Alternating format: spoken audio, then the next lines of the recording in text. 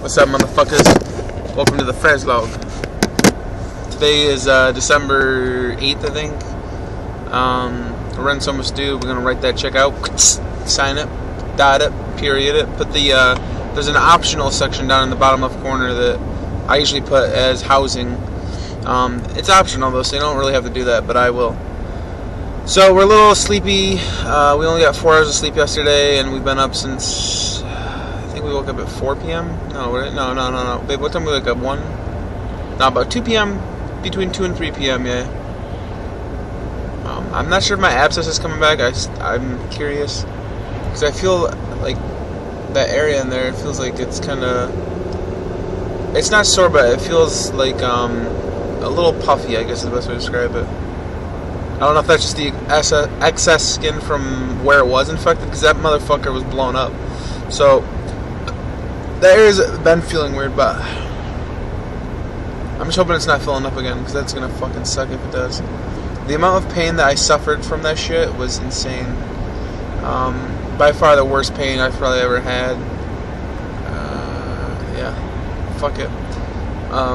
Next time I'm just gonna get a blowtorch. I'm gonna burn it out of my head. That'll do it. Fucking playing some Fallout at the house, doing some Minutemen shit. I just don't get why. So like I'm playing through it as Minutemen. I haven't tried the Railroad yet, and I haven't tried what's the other guys? The Brotherhood of Steel.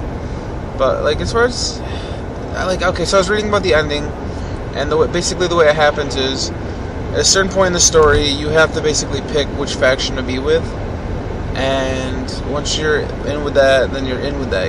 There's no getting out of it.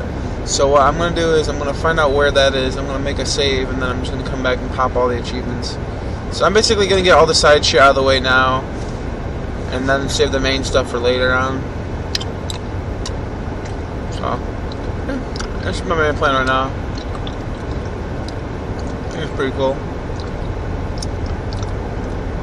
This guy made a comment earlier on a IGN post that I was reading. I thought it was kind of interesting. He basically said he finds it funny that games like Fallout 4 they come out with day one glitches and bugs. They come out with average graphics, pretty much graphics that look like last generation, and then a story that doesn't really innovate or make you feel anything. It's kind of like a generic story, but you get like a Japanese game that's basically the same thing. It's recycled gameplay with the same pretty much graphics and stuff like that. And then for some reason, that'll score like a 5 or a 6 out of 10, but the Fallout will score like a 9 out of 10. I kind of gotta agree with him. Like, there definitely is a bias. I think what's happening here though that is wrong though is you can't measure Fallout 4 in terms of story or sound design or any of that shit. You've got to look at it purely based on the fun that you get from the game. But I mean, again, that's subjective, because you get somebody who is like a very serious role player or somebody who's into the storytelling. For the longest time, I couldn't play games, well, Western RPGs, just because I'm so used to playing Japanese RPGs where the stories are so much more like, this is the end of the world. These are our angsty characters that they're on this journey basically where they're probably gonna die, and they're starting to like feel romantic feelings for each other. Like, I'm used to like, I guess shit happening, I guess is the best way to put it, compared to like games like, I don't know, fucking, let's say Oblivion for example. Like, I love Oblivion and I love Skyrim and I love Fallout, but those stories really are boring. Like, sure, you get a couple cool side quests here and there that are kind of funny or whatever, or goofy or something, but for the most part, like, I'd rather take a Final Fantasy VI over an Oblivion, I guess is the best way to say it. But at the same time, no, because that's when the gameplay comes in, because the gameplay in those open world RPGs is so much better than turn-based RPGs. It's such a weird system because, I don't know, it's really subjective. It's such a subjective thing, but I sort of agree. Like, a game like Fallout 4 is so fun but at the same time, it is plagued with things that should definitely diminish the rating. I think, okay, if you guys don't watch Angry Joe on YouTube, I think he definitely has probably one of the better ranking systems. He does 1 through 10 ranking like everyone else, but what he does is he makes it so he can give an approval rating to a game, even though he gave it like a 7 out of 10. He does it all the time. Like, he'll, I can't think of any examples off the top of my head, but there's been plenty of games where he's like, this game is kind of shit right now. There's already DLC for it. Like, he has a lot of complaints about it, but at the same time, he's like, I had a lot of really fun time going through the story mode. The multiplayer sucks, but like, you gotta experience the story mode. So, like, he'll give it like a 6.5, but at the same time, he'll say, definitely play this game. I think that's a system we need to adopt, because rating something on a 10 scale, to me, like, that's why I use my 3 scale. I don't think a 10 system works that well, especially when it's misused by the majority of the people in the world. So, I don't know.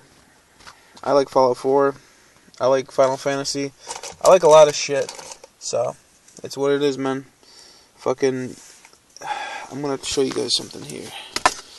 These bad boys have been kicking around for a while. These are the Kickin' Chicken Taco Pringles. Are they good? They are good. They taste very similar to taco. I'm sure they just probably sprinkled some taco seasoning on them or something. It's good. Very spicy.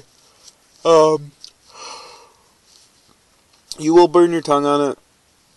Your BB will not want to kiss you afterwards because your breath will smell like a fucking weird-ass critter. But it's all good. I thought they were decent.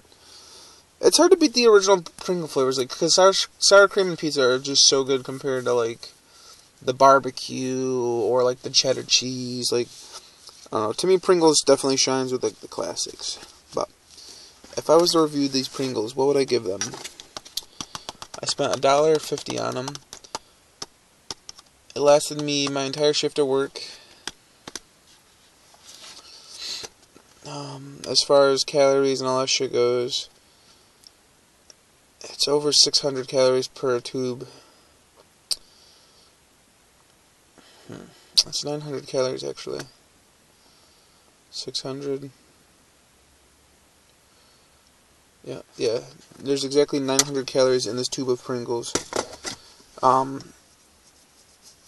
a 3 scale, I'd give it a 1.5 out of 3, because the taste is good, but it's too overpowering. The price is a little high for what I would expect. I think Pringles should be $1 a tube. Like, I think that's where it shines. I think at stores like Target it is $1, but most other places it's typically gonna be $1.25 to $1.75. Anything more than that, you're out of your fucking mind. I'm not paying that for a Pringles. But I'm gonna end this video here and go to sleep. Goodbye.